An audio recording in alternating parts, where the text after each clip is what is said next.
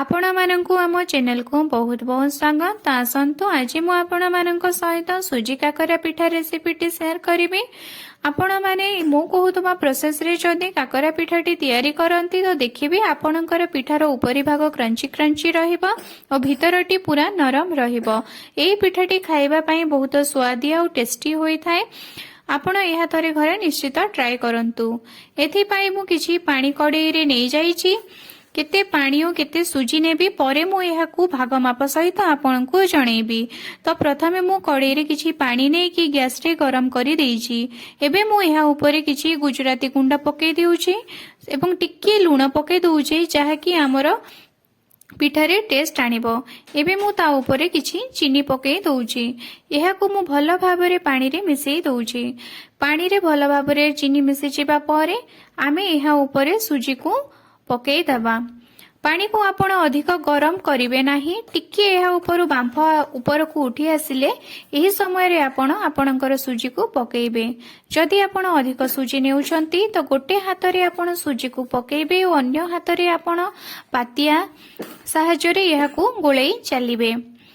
आपण धीरे धीरे एहा को गोळेइबे जे पर्यंत के एहा टिके टाण बा काठुआ होई न जाईची। देखंतु एहा धीरे धीरे टाण बा काठुआ हेबा को लागुची। हाँ मु आपनको कहितली सुजी और पानी रो भाग माप। जदि आपण गोटे कप सुजी नेउछंती तो आपण 2 कप पानी नै जिबे एवं गोटे कप रो आधा आपण चीनी नै जिबे। सुजी देखंतु कड़ाई रे धीरे धीरे छाड़ी पाकू लागिलानी। एही भली अवस्था रे आपण जानिबे जे आपणकर सुजीटी भल भाबरे सिझी गलानी बा फुली गलानी।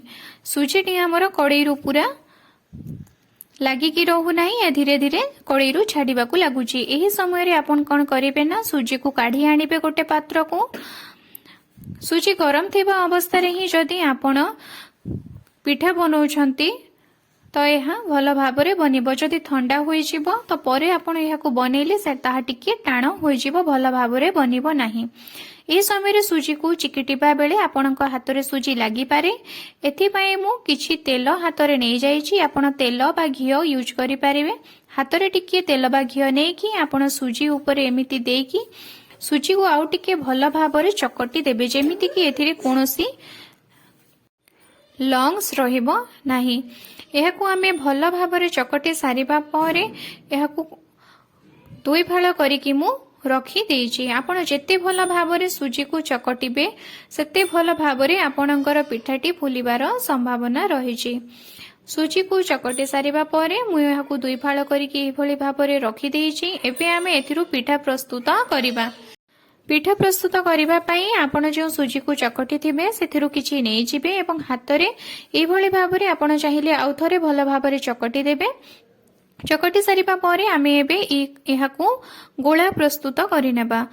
एमिति गोल गोल करिनेबा। गोल गोल करि सारिबा परे एहा ऊपरे आमे हाथ को धीरे धीरे प्रेस करिबा जहा द्वारा कि एहा टिके बड़ साइज रो होई जिवो। एही भली भाबरे आमे गोल गोल करिकि सुजी पिठा बनै नेबा। आपण आउ थरे देखि नियंतु। चकटी थिबा सुजी को नै जिबे एवं एहाकू आपण आउ थरे भल भाबकि चकटी देबे। एबे एहाकू आपण गोटे पापुली रे रखिकि गोल गोल करि नेबे। गोल गोल करि सारिबा परे गोटे पापुली ऊपरे रखिकि आउ गोटे हातर पापुली को एहा ऊपरे दबेबे जहा द्वारा कि एहा टिके बड़ साइज रो होई जिवो, टिके पतला हेबो। एही भली भाबरे मु सबु सुजी को बनै नेछि। सबु सुजी पिठा बनै नेछि। एबे आमे सुजी पिठा को छाणीबा। एथि पई मु कड़ाई रे किछि तेल नै जाईछि। देखंतु मु केते कम तेल यूज करिछि। एथिरे सबु सुजी पिठा को मु छाणीबी। एबे आमे गरम तेल रे सुजी पिठा को पकेबा। सुजी पिठा को पकेबा क्षणी आपण एहा को ओलटा पालटा करंतु नाही। एगो 2 मिनिट पर्यंत छाड़ी दियंतु। देखिबे धीरे धीरे एहा तळ अंशटी होई जिवो। तापरे आपण एहा को ओलटांतु। देखिबे धीरे धीरे आपणकर सुजी पिठाटी फुलिबा को लागिबो एवं एहार कलर चेंज हेबा को लागिबो। आपण जानिबे जे आपणकर सुजी पिठा होई गलानी। एबे आपण एहा को गोटे पात्र को काढी आनिबे। आउ थरे आपण देखि नियंतु। मु सबु सुजी पिठा तक एबे एका संगरे पकेई देउछि। सुजी पिठा तक पकेइबा बेले आपण देखिबे जे तेल सबु ऊपरे एही भली भाबरे भुरु भुरु होई कि ऊपर को उठी आसुछि। ଏଇଭଳି ଭାବରେ ଆପଣ ପକାଇ ସାରିବା ପରେ ଏହାକୁ 2 ରୁ 3 ମିନିଟ୍ ପର୍ଯ୍ୟନ୍ତ ଏମିତି ହିଁ ଛାଡ଼ି ଦିଅନ୍ତୁ। କଡ଼େଇର ତେଲକୁ ଆପଣ ଅଧିକ ଗରମ କରିବେ ନାହିଁ। ଏହାକୁ ଆପଣ ଥରେ ଗରମ ହେଲା ପରେ ଗ୍ୟାସର ଫ୍ଲେମ୍କୁ ମିଡିୟମ୍ ଫ୍ଲେମ୍ରେ ହିଁ ରଖିଥିବେ। ଧୀରେ ଧୀରେ ଆପଣ ସୁଜି ପିଠାକୁ ହେବାକୁ ଦିଅନ୍ତୁ। ମଝି ମଝିରେ ଆପଣ ଏହାକୁ ଏପଟ ସେପଟ କରିବେ, ଯାହାଦ୍ୱାରା କି ଏହାର 2 ପଟଟି ଭଲ ଭାବରେ ହୋଇଯିବ। ସୁଜି ପିଠାଟି ଧୀରେ ଧୀରେ ଫୁଲିବାକୁ ଲାଗିବ ଏବଂ ଏହାର କଲର ଚେଞ୍ଜ ହେବାକୁ ଲାଗିବ। ଏବେ ଆପଣ ଜାଣିବେ ଯେ ଆପଣଙ୍କର ସୁଜି ପିଠାଟି ହୋଇଗଲାଣି। ଏବେ ଏହାକୁ ଆପଣ ଗୋଟେ ପାତ୍ରକୁ କାଢି ଆଣନ୍ତୁ। ସୁଜିକୁ ଯେତେବେଳେ ଆପଣ ପ୍ରଥମେ ପାଣି ଦେଇକି ଘାଣ୍ଟୁଛନ୍ତି ତ ସେତେବେଳେ ଆପଣ ଧ୍ୟାନ ରଖିବେ ଯେ ସୁଜି ପିଠାର ପାଗଟି ଆପଣ ପାଣିଚିଆ କରିବେ ନାହିଁ, ଟିକେ କାଠୁଆ କରିକି ରଖିବେ, ଯାହାଦ୍ୱାରା କି ଏଥିରୁ ଆମେ ଯେତେବେଳେ ସୁଜି ପିଠା ବନେଇବା ତାହା କମ ତେଲ ପିଇବ। କିନ୍ତୁ ଯଦି ପାଣିଚିଆ କରିକି ଆପଣ ସୁଜିକୁ ଘାଣ୍ଟୁଛନ୍ତି ତ ଯେତେବେଳେ ଏଥିରୁ ଆପଣ ପିଠା ବନେଇବେ ଦେଖିବେ ଏହା ଅଧିକ ତେଲ ପିଇପାରେ। ଏଇଭଳି ଭାବରେ ଆପଣ ଥରେ ଟ୍ରାଏ କରନ୍ତୁ, ଦେଖିବେ ବହୁତ ଟେଷ୍ଟି ଲାଗିବ।